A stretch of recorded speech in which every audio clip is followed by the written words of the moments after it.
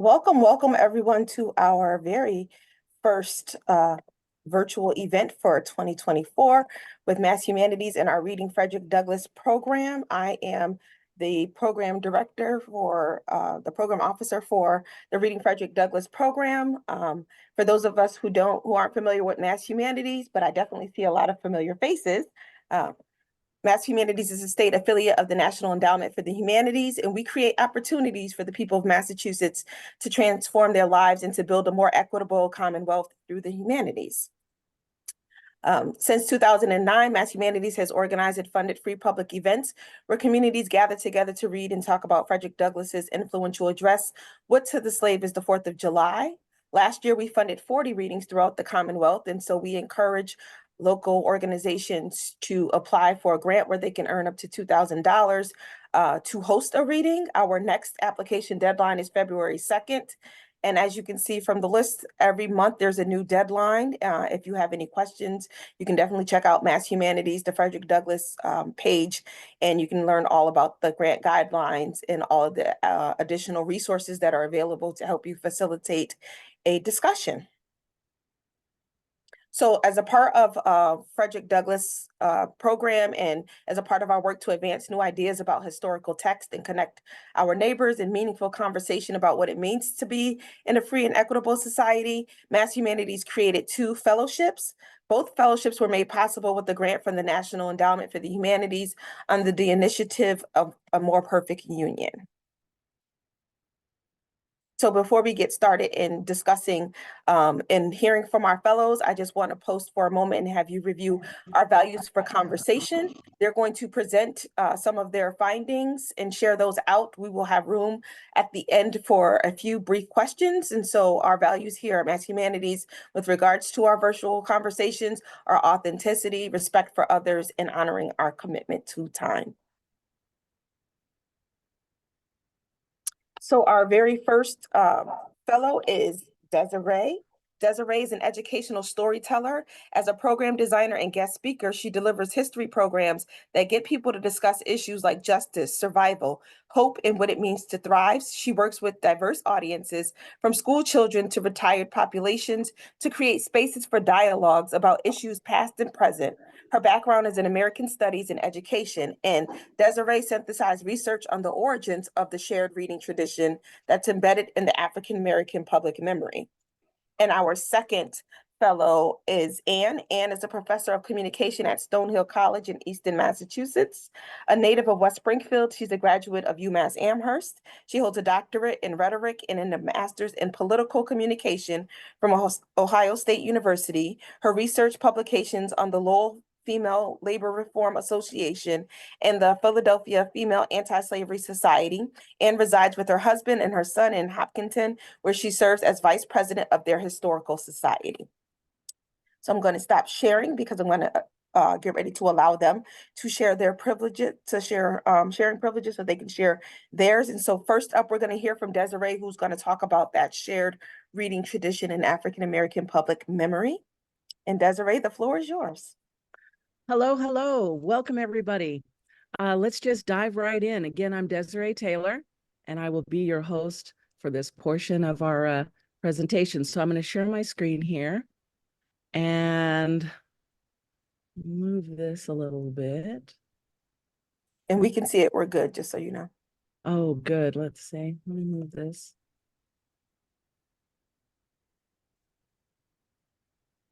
Okay. So one thing that I did with my fellowship was I looked, like LaToya was talking about African-American modes of creating public history and traditions with African-Americans creating public history. And 2 things I found in the works of not only just African-Americans, but especially when African-Americans were talking about the African-American experience, were celebration and truth-telling. We also see these 2 things in the life of Frederick Douglass and in the 4th of July speech that he gives in Rochester, New York. Of course, we see truth-telling in that speech, but an invisible component to that speech is celebration and the power of celebration. And the question comes up from that speech, why aren't African Americans celebrating? So there's the invisible African-American idea of celebration, even in that speech. When we look at the works that talk about African-American agency, we often see celebration used in this way because celebration is power. So oftentimes we don't think of celebration as power, but when we're looking at some of the works that African Americans are bringing forward to push along justice, we see this use of celebration, even the mandate, both privately and publicly, to celebrate. And so we're going to focus today on celebration more than truth telling. Truth telling gets its due a lot of times, but today we're going to focus on celebration.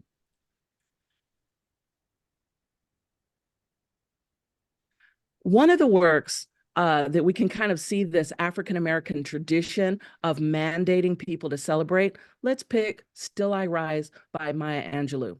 Of course, we see in that poem where the person speaking is belligerent even in their celebration of selfhood. She ends the poem by saying, "Into a daybreak that's wondrously clear, I rise, bringing the gifts that my ancestors gave. I am the dream and the hope of the slave."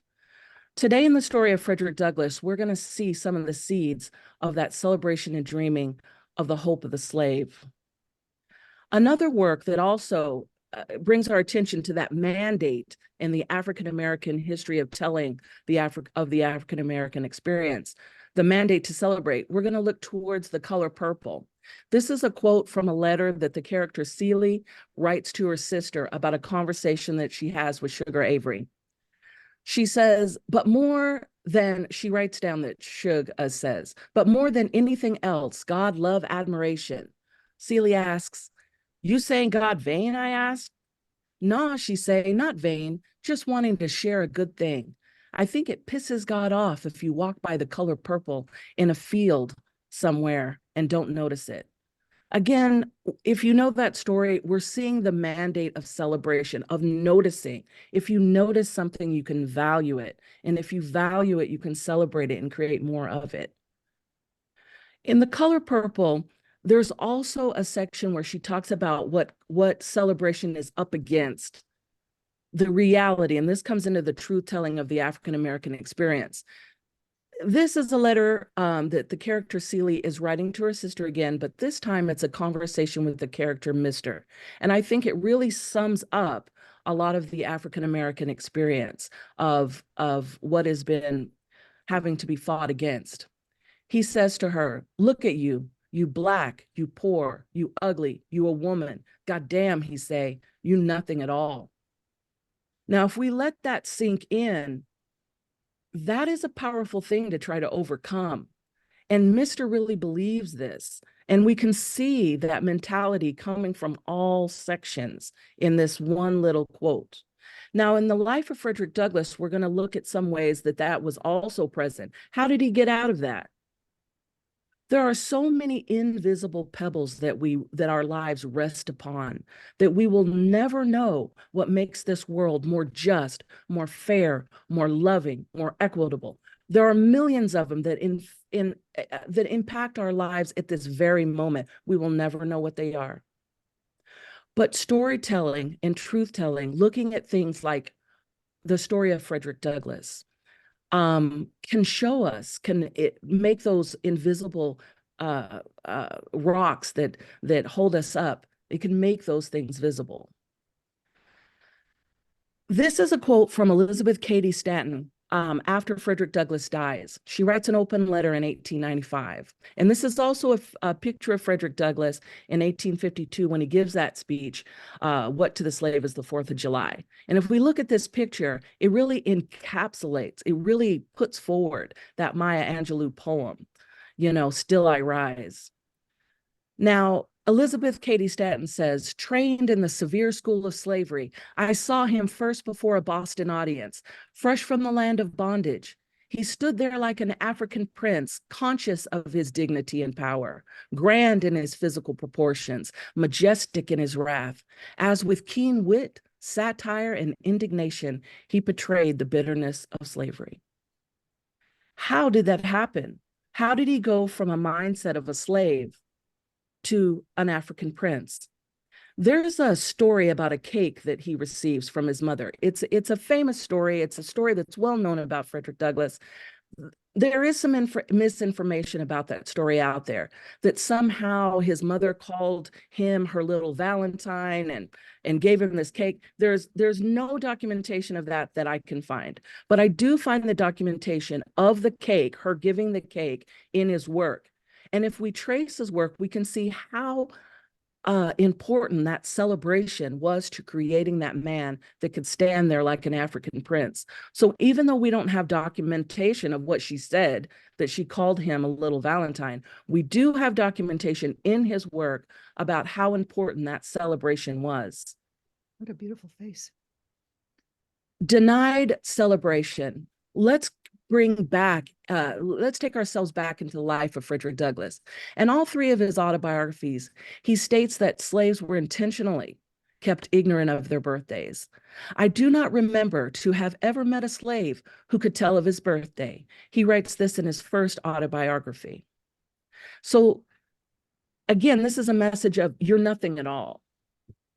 There's another message of you're nothing at all in his life, hunger. He writes that many times I have followed with eager footsteps the waiting girl when she went out to shake the tablecloth, to get the crumbs and small bones flung out for the cats. This is in his second autobiography. Again, that message is clear. You're nothing at all.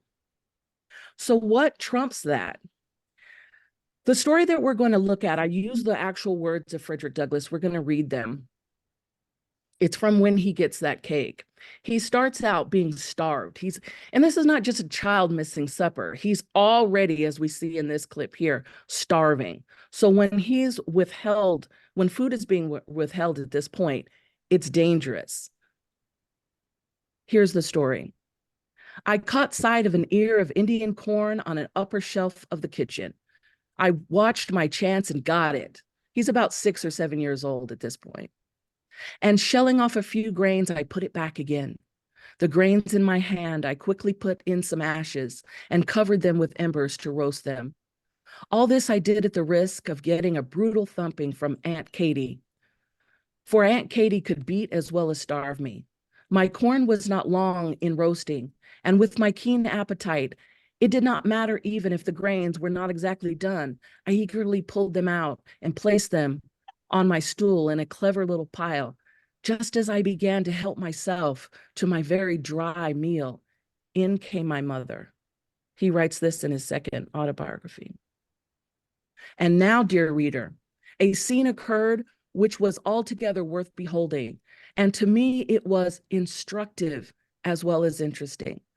The friendless and hungry boy in his extremest need, and when he did not dare to look for succor, found himself in the strong protecting arms of a mother who was, at the moment, being endowed with the powers of manner as well as matter, more than a match for all his enemies. I shall never forget the indescribable expression of her countenance when I told her that I had had no food since morning, and that Aunt Katie said she, quote, meant to starve the life out of me. There was pity in her glance at me and a fiery indignation at Aunt Katie at the same time. And while she took the corn from me, she gave me a large ginger cake in its stead. She read Aunt Katie a lecture which she never forgot. That night I learned the fact that I was not only a child, but somebody's child. The sweet cake my mother gave me was in the shape of a heart, a rich dark green glazed upon the edge of it. I was victorious and well off for the moment, prouder on my mother's knee than a king upon his throne. That is the last time that he sees his mother. Again, he's about 6 or 7. To understand the magnitude of that experience, we need to delve into the memory of the man and the power of memory. Frederick Douglass, we know, chose February as his birthday, but we don't know why. He leaves no clues. Like I say, the apocryphal story about his mother saying he's his little Valentine, I couldn't find evidence of that. But there is plenty of evidence, again, if we look to his work, if we look to his memory, that experience with the cake was key. That celebration was key. Frederick Douglass thought that he was born in 1817. This is based on memories and also a key conversation that takes place when he leaves the Lloyd plantation and goes to Baltimore. When he goes to Baltimore, Mrs. Auld, the Aulds that he goes to live with, that she inherits him, Mrs. Auld tells him that he's 8 going on 9. Now, we kept that date for Frederick Douglass's birth until about 1980. In 1980, a historian named Dixon Preston finds an Aaron Anthony ledger saying Frederick Augustus, son of Harriet, February 1818. Now, one thing we need to know, and I didn't read the original work of Dixon Preston, but I read secondary sources a source that said that he questioned whether the entry for Frederick Douglass was made during the time of Frederick Douglass's birth. Here's the ledger and here's the entry from 1818. And looking at this entry, I would have to agree with that assessment that this ledger may not be, probably is not from the time when Frederick Douglass was born. If we look carefully, we can see that it's very neat. Slaves are in chronological order. Doesn't seem possible to me that, that somebody would be that neat through the years of 1765 all the way to 1820. Also, if we look at the hand, it looks like it's written in the same handwriting from 1765 again to 1820. Doesn't seem possible. Also, if you look at the style of the writing, it looks as though it was written very possibly in one day. Also, if you look here at the top, there's a date of 1869 for a death date. That date doesn't look any newer than the rest of the document. And again, going back to 1865. So there's a real question whether Frederick Douglass wasn't in fact right more than this document. If we look at other documents that come from his slave owners, including the papers where they sell him, they say about, for his age. They're not even sure. Now, one thing Dixon Preston did besides questioning this document from coming from the time when Frederick Douglass was born is he also believed that Frederick Douglass somehow believed that his birthday was connected to Valentine's Day.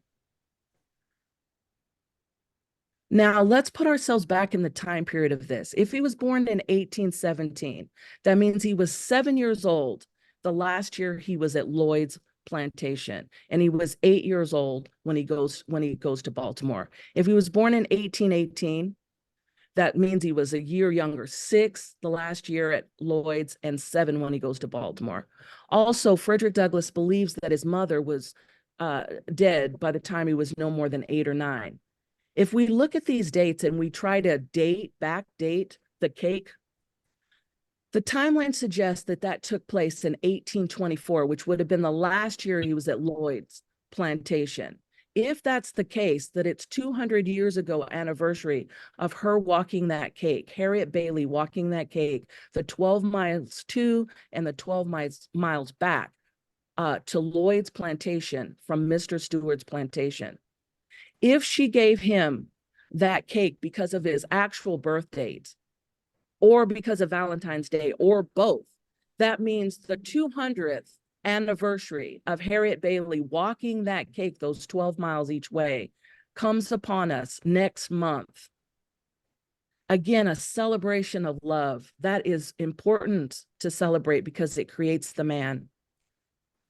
Frederick Douglass writes in his second autobiography, "The counsels of her love must have been beneficial to me. The side view of her face is imagined on my memory, and I take few steps in life without feeling her presence, but the image is mute, and I have no striking words of hers to treasure up." This is one reason why we can't date that cake. He remembers the cake, but he does not remember why she came there. He has no words. So again, this is celebration in that kind of a condition.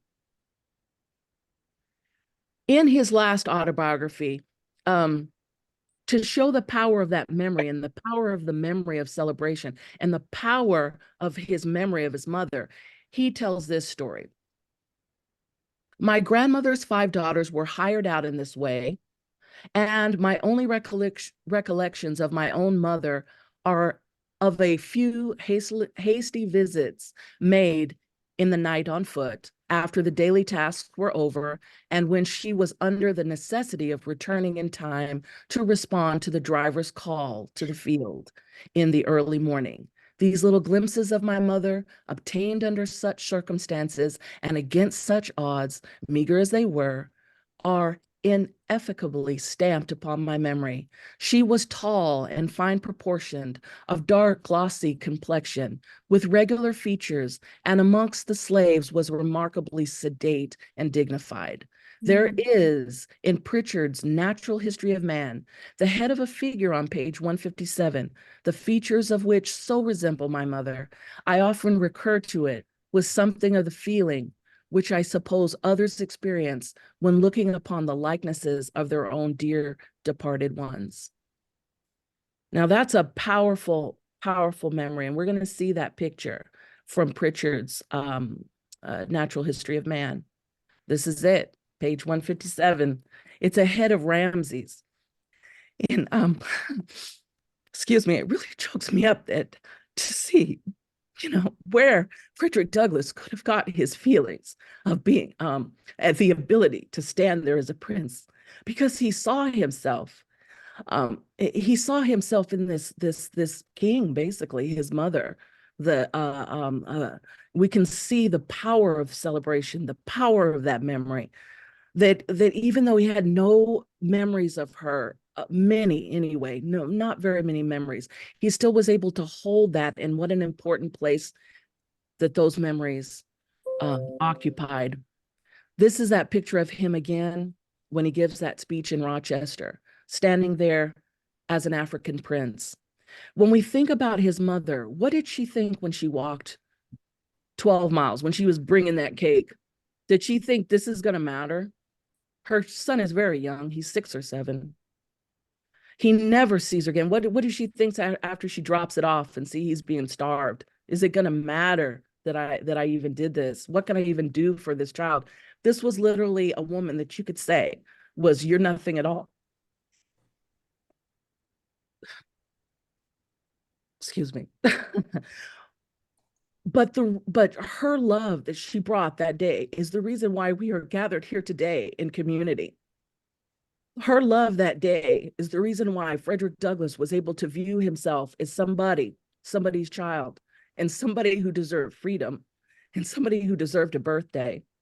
From that, we have Carter G. Woodson, who chooses to have Black History Month for us to celebrate in February based on that choice of Frederick Douglass and the birthday of Abraham Lincoln.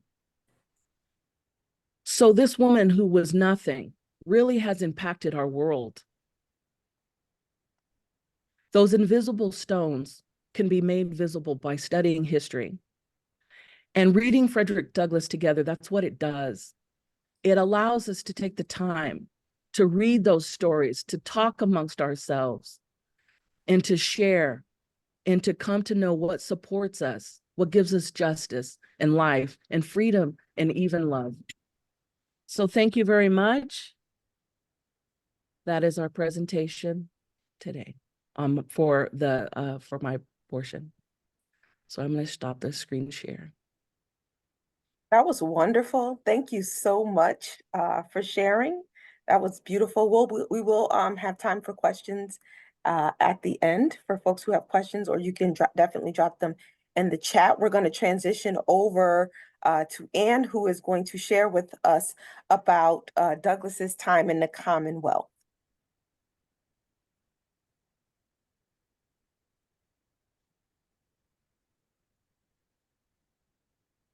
Oh, you're muted, Anne.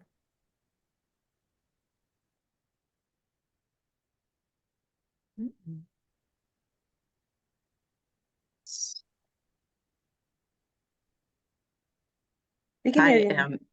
Okay, thank you so much. I am using the Google Slides for the first time. I typically use PowerPoint, so I'm looking around for things to advance the slides with.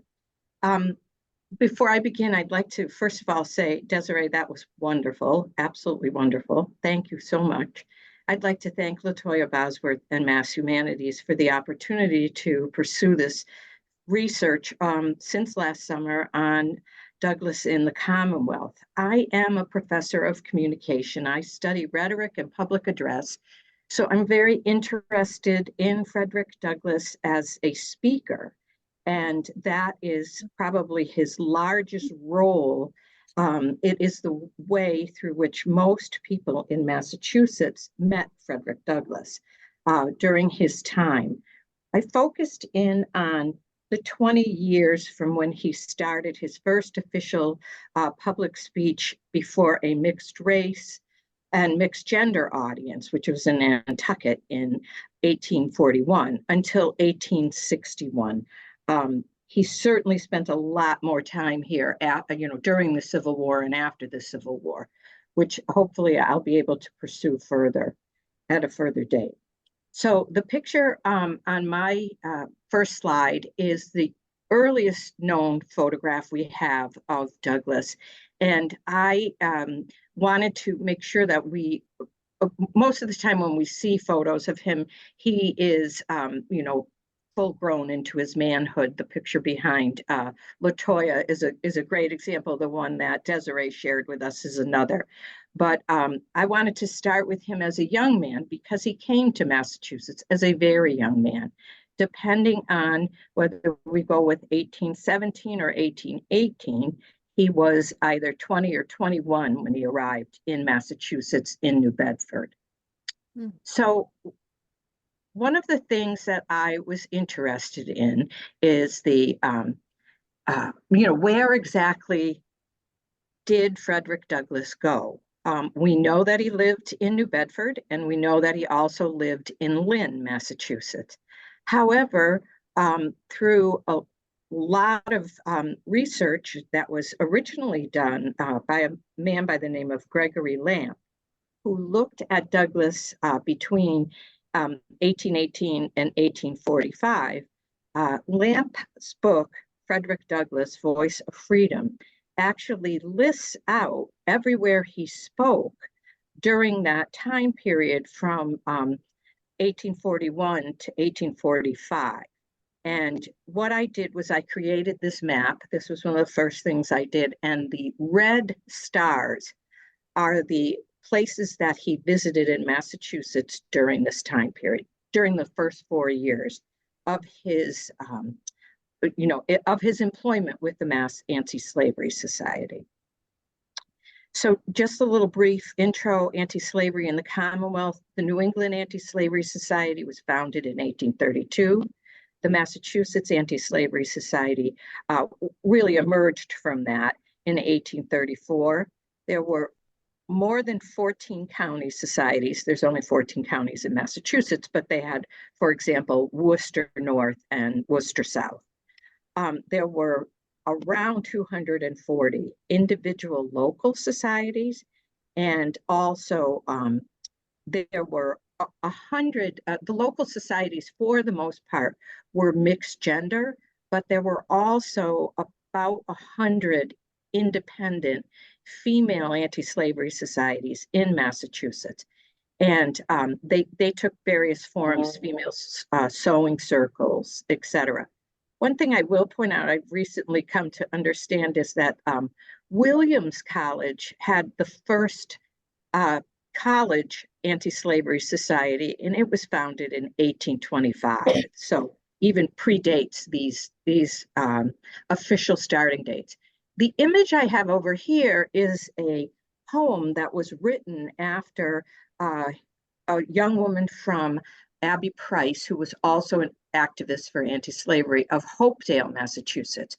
She wrote this poem after hearing Douglass, and it was printed and distributed as part of the Upton, Massachusetts anti-slavery fair that was being held at that time.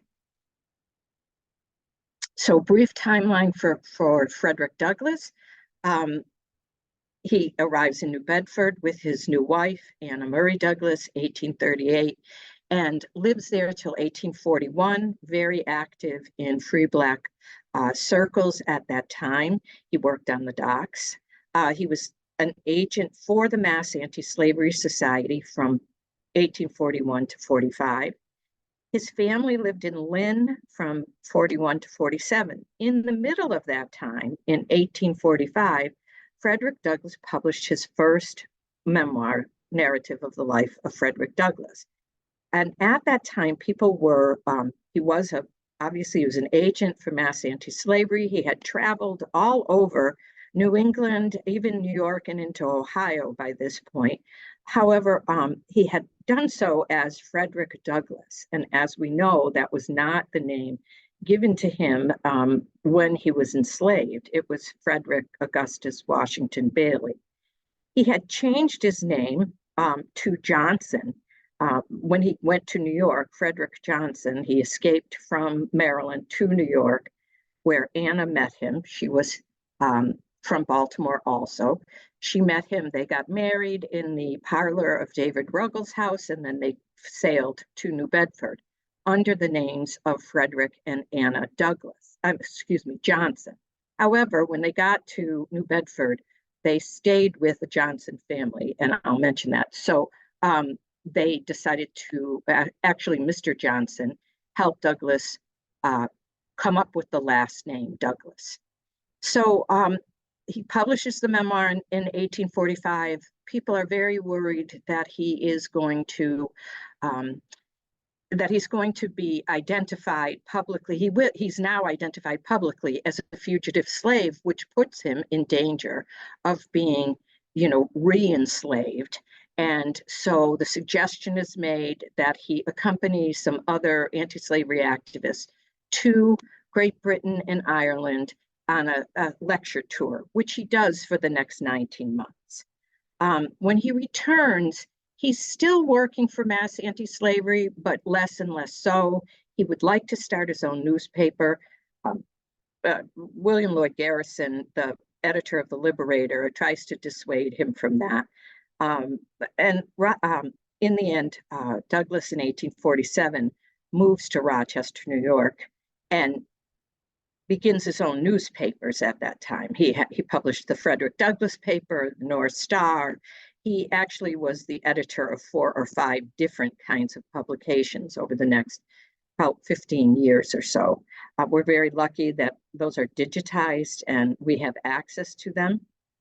So this is also the time of the beginning of the split with Garrison, which I'm not going to go into too much today, but I just know that Garrison, who had been his mentor and one of his biggest champions, had in fact, when Douglass returned from Great Britain, he was really not happy with his situation, felt like he was being kept in a very narrow box, and he wanted to expand his influence outside of just, showing up in small towns, delivering lectures night after night.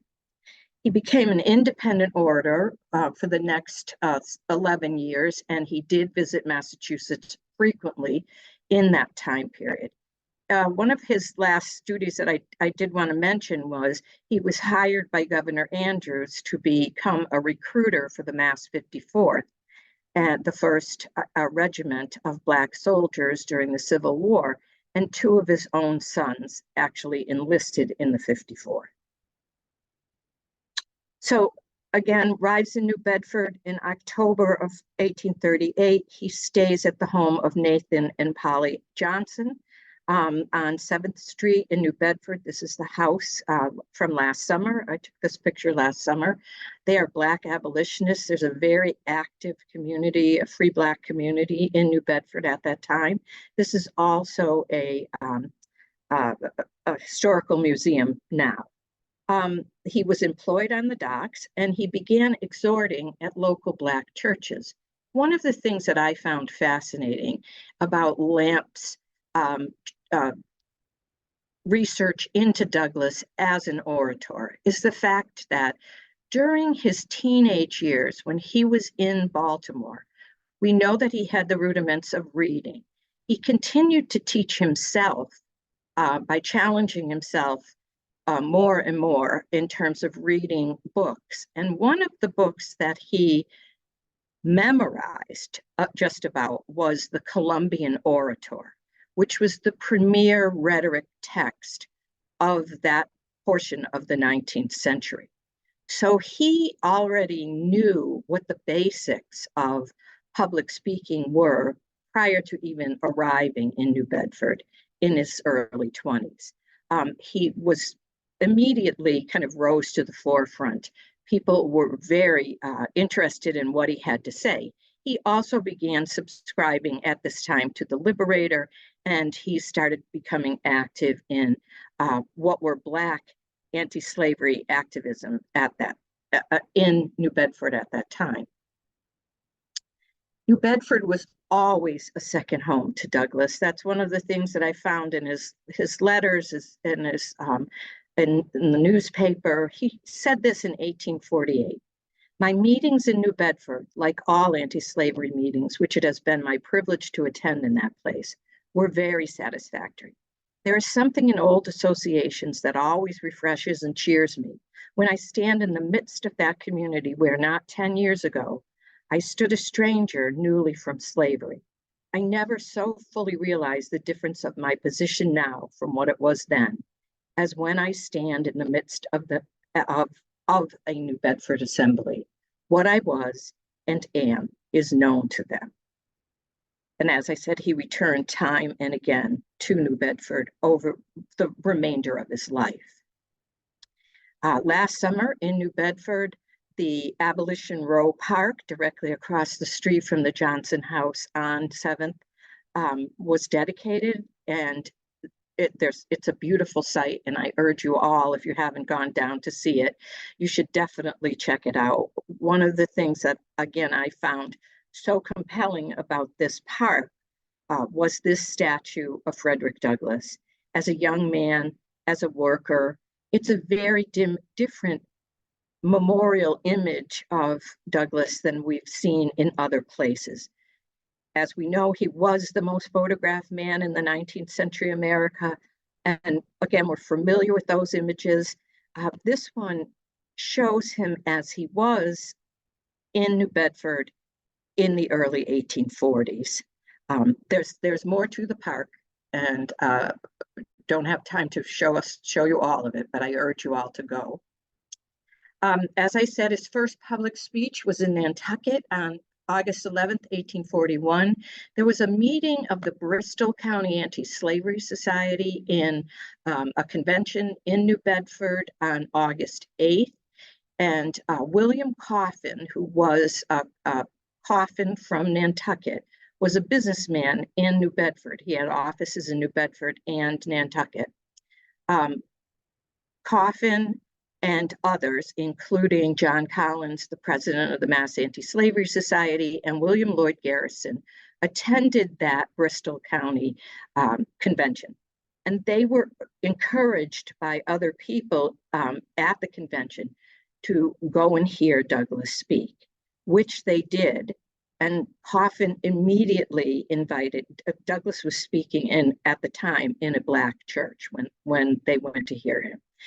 He was immediately invited to join them on their trip to Nantucket, sailing the next day. William Coffin invited he and Anna, and according to all recollections of it, the voyage over to Nantucket was quite meaningful in a lot of ways, one of which was that the boat itself, passengers were segregated, and Anna and Frederick stayed on the deck, and within several minutes, the entire company of activists, both Black and white, who were going to Nantucket, joined them on the deck where they stayed, and they held a meeting, and evidently they sang and they prayed, and they held an anti-slavery meeting on the deck of the boat over to Nantucket. When they arrived, Douglass sat in the audience with Anna. On the first day of the convention, he just commented on a few things that were brought up, resolutions.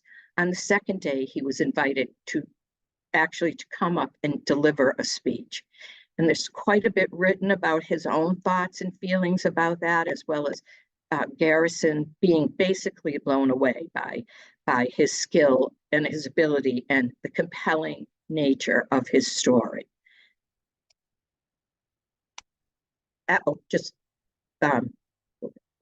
The other thing is at the end, at the conclusion of that meeting, John Collins, the president of the Mass Anti-Slavery Society, hired Douglas to become an agent for this Mass Anti-Slavery. The Douglas family moved to Lynn. They had lived in 2 different houses there. Douglas himself was not there very often, especially because in the middle of all of this was when he went to Great Britain and Ireland. Neither house still stands. This is a sketch of one of the first home he lived in Lynn. He delivered his first speech that was recorded, and by recorded, obviously, I don't mean with a tape recorder. Someone actually took notes and wrote down what he said in Lynn on the public common, and now that is the common itself is dedicated to him. And there's quite a bit of memorials to Douglas throughout the town of Lynn. From 1841 to 1845, he spoke from Cape Cod to the Berkshires. On the left here is a picture of Lanesboro, Massachusetts. And Lanesboro, I was very surprised to see that he had gone that far, because the majority of the places he spoke during those first 4 years were all in Eastern Mass, and maybe as far west as Millbury, but Charlton, I think, was about as far west as he got. But he spoke in Lanesboro. There was a very active underground railroad in Lanesboro. He spoke at a private school. There was a very prominent anti-slavery activist that lived there. If you are not familiar with Lanesboro, it's actually a little bit above, I think it's a little bit above Pittsfield, and it's on the New York border.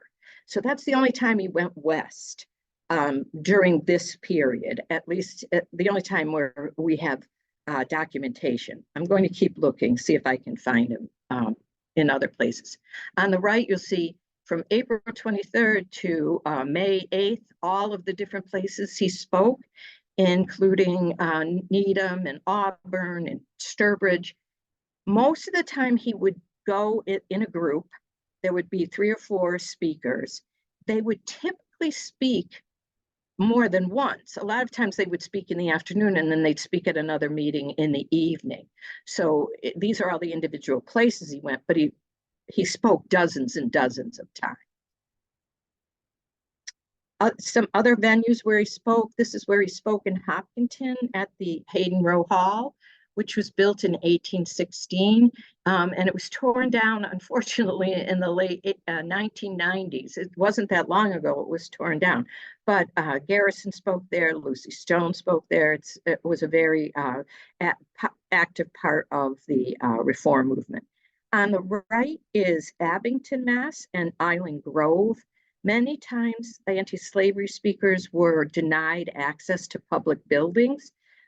Churches did not want them a lot of times, and town halls, etc., were not open to them until the 1850s. So a lot of times they spoke outside.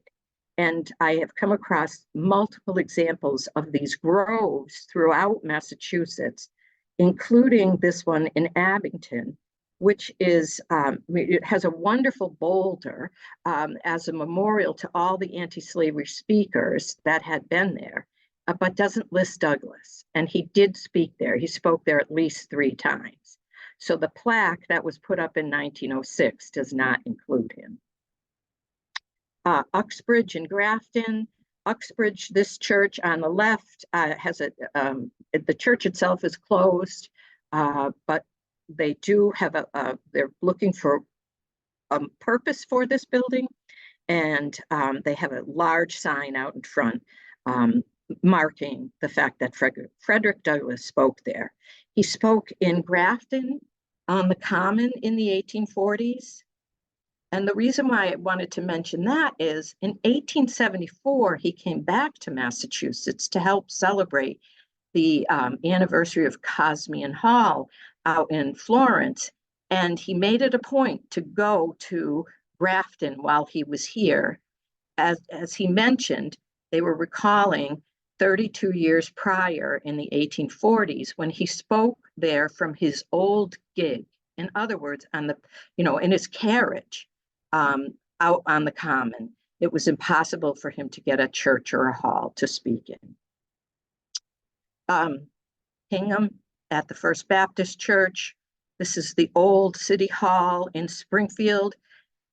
His first time to Springfield in 1847, as far as we know, was a visit to with John Brown, where he stayed overnight, and they became very close, a relationship that lasted until John Brown's execution. This is the old town hall where he spoke in the 1850s. Hingham had a parade and picnic in 1845, which evidently they have a grove also in Hingham. It's no longer in existence. They claim 10,000 people attended this day-long picnic and parade. And this is just one of the banners from that day. Douglas did speak on that day. West Barnstable at the Friends Meeting House. Worcester at Mechanics Hall. This is not the place where he delivered his address on women's suffrage, on women's rights. That was Brindley Hall. But he also spoke in Mechanics Hall as well. In Northampton, Florence and Northampton, we know about the Institute for Education that was, started by, there was like a little utopian community in Florence that Sojourner Truth lived at. He spoke there numerous times. One thing is, I was under the impression that he spoke in this church, and then I discovered that the church wasn't built till 1857, actually 1861. So where he spoke is in the grove behind this church. And I tried to get a picture of it, but the building to the right is a daycare center. So I was kind of in the backyard of the church, which is all fenced off, trying to take pictures of this pine grove. And it was not obviously a good idea to be crawling around back there by myself with a camera. So I didn't get a picture of the pine grove. Here's Framingham's Harmony Grove, very, very famous place where Garrison burned the Constitution in protest of the slavery. And also Douglas, again, spoke in Framingham several times. Whether he spoke in the grove or not, I still haven't determined. Edgartown in the 1850s, he spoke here in at this church, as well as in the town hall. And you'll see they have a plaque on the side of the wall, side of the church as well, acknowledging this as a place where he was. Nantucket, this is the big shop. In 1844, there was Douglas returned to Nantucket to speak at a convention. It was right when Stephen Foster had published his Brotherhood of Thieves lecture.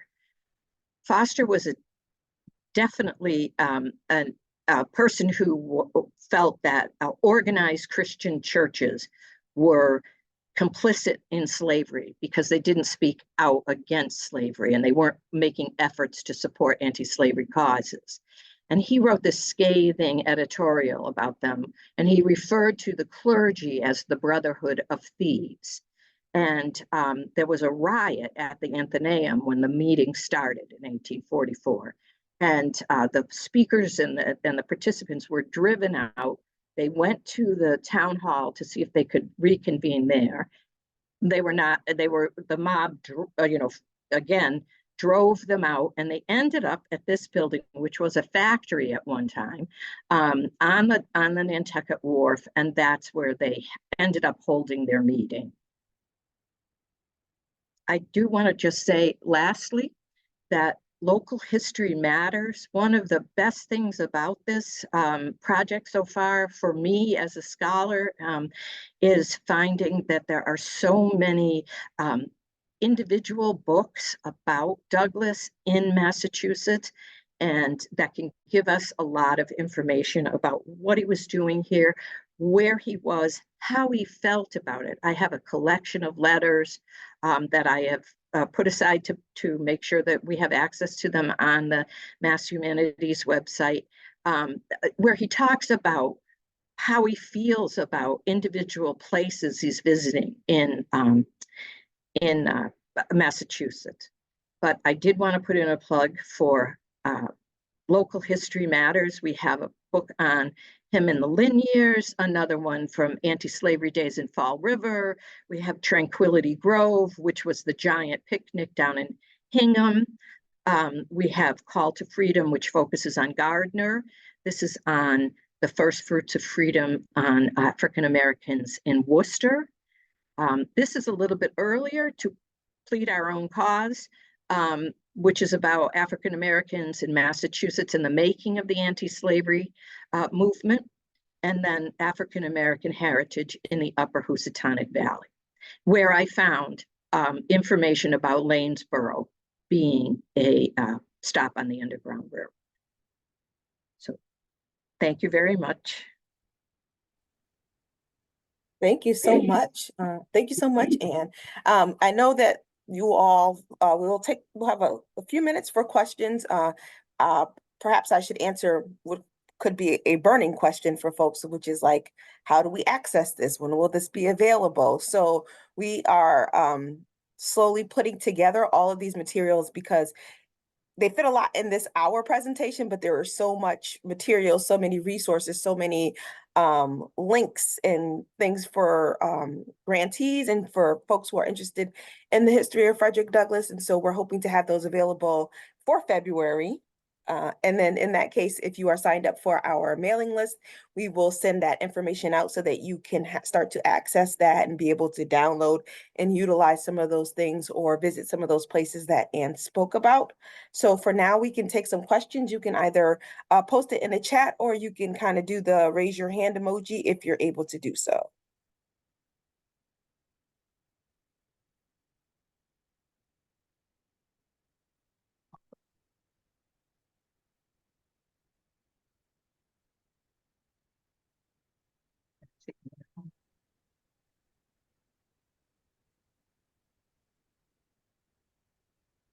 I'm just looking at the chat, and I want to thank you very much for your remarks. We do have a question. Good. Yes, we do. Is it Candelaria? I don't want to mess up your name. Candelaria. Candelaria, yes. Yeah. I just wanted to say I enjoyed both presentations. I thought that Desiree, the importance of a mother's love, of a tangible memory.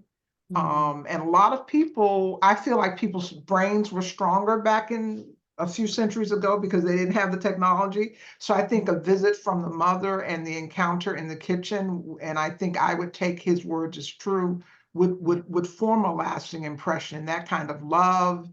And then as he got older, making the connection that whatever she said to the cook who was punishing him was the reason that he didn't get to see her again. I mean, I think all of those things were just very important. And then the other thing I wanted to say, Dr. Ann, is that I really appreciated the visuals of all these places that I've gone to various times in my travels, and some places I've never gone, to think about how he traveled to those places before cars, the breadth and the fact that you said he spoke more than one time. Yes. At a place was just really remarkable. So I just wanted to say thank you both. I literally don't have a question, but I hope in this kind of research will continue to go. I know the fellowship is continuing, so thank you. Yeah. Thank you. That was a great point. I think we have another question from Charlie and then Ruth. I had forgotten the key command to unmute myself. I am, by both presentations, I am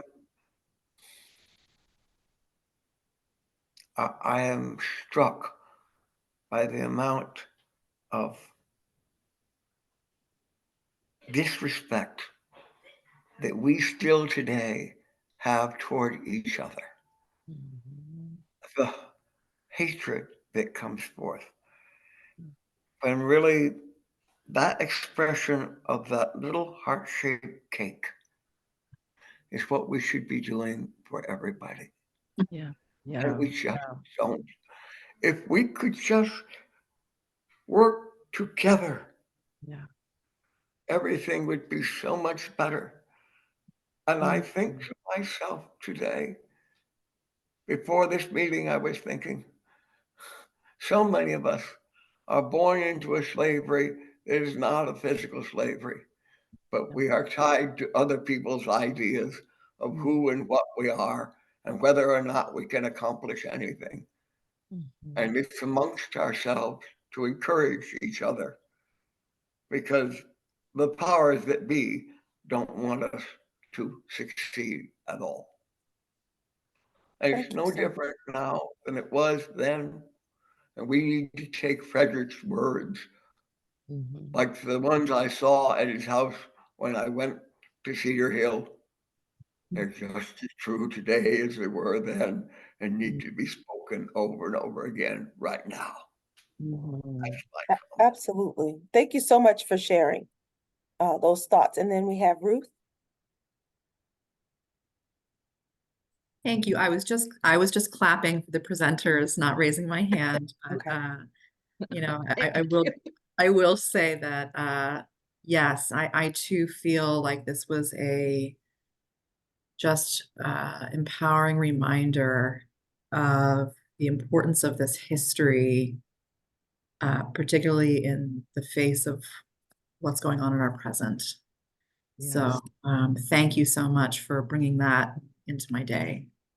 Thank So Thank you. I will end with one question for you both, if you could answer it, because like I said, this was a lot of information that you all thankfully were able to kind of condense what was months worth Yes. of research into a very like quick presentation. And as we said before, there'll be so many more resources available. But is there something else that that you want to share with us, that you let us know what other things you talked about in your research, or what other things they can expect to learn once we do post that information?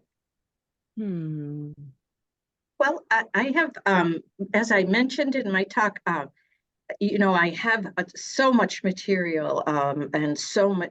I have records of anti-slavery societies and diaries, and I'm going to, hopefully that will all be made available. And then also the his letters to. There's one letter he wrote to Garrison that really made me laugh, because he was complaining about one particular town in Massachusetts that had seemed to have lost its fire from the last time he had been there. And he was just bemoaning the fact that he didn't get much of an enthusiastic response to his words. But then he was hopeful after that. And the other thing too about the traveling is, he stayed in the homes of the residents of the towns. There were no, for the most part, hotels or inns or taverns for the speakers to stay at. So, like in Uxbridge, he stayed in Effringham Capron's home. I can't. That's a tongue twister of a name. So I'd like to do a little bit more again with that kind of local connection to the actual event of having Douglas in your town. Who did he stay with? What did they say about him? That kind of thing. And what did he say about them? Thank you. And then we have like about 1 more minute left. Desiree, did you have anything else you wanted to add that people can expect from your research? Absolutely. I appreciate all of your comments today, and I just all the heart that, came through in from what was spoken from you guys and also what was written. And I think you can just expect more about celebration. I think celebration is so important in our lives, and how it goes hand in hand with the truth telling. If you just have truth telling, a lot of times is life worth it? And you see through the thing about the life of Frederick Douglass about celebration continually. When Black people are not invited to the Chicago World's Fair, for example, he and Ida B. Wells put together a pamphlet to bring the African American experience forward. And so there's a constant push throughout his life and speeches and work about bringing that celebration of the self, refusing to give it up, refusing to give up to some anti-self view, and I think we can all take that, because there's so much of that that we have to fight against. So thank you. Thank you all both so much. Thank you everyone else for taking time on your lunch break or your free time to come and join us. You will be hearing so much more from our fellows as they continue to kind of pull together the resources for our neighbors. And I just want to give you a last reminder. I dropped in the chat the link to the Reading Frederick Douglass page, which has all of the deadlines and information for hosting a reading. Again, the next deadline for applications is February 2nd. And again, they will continue every month.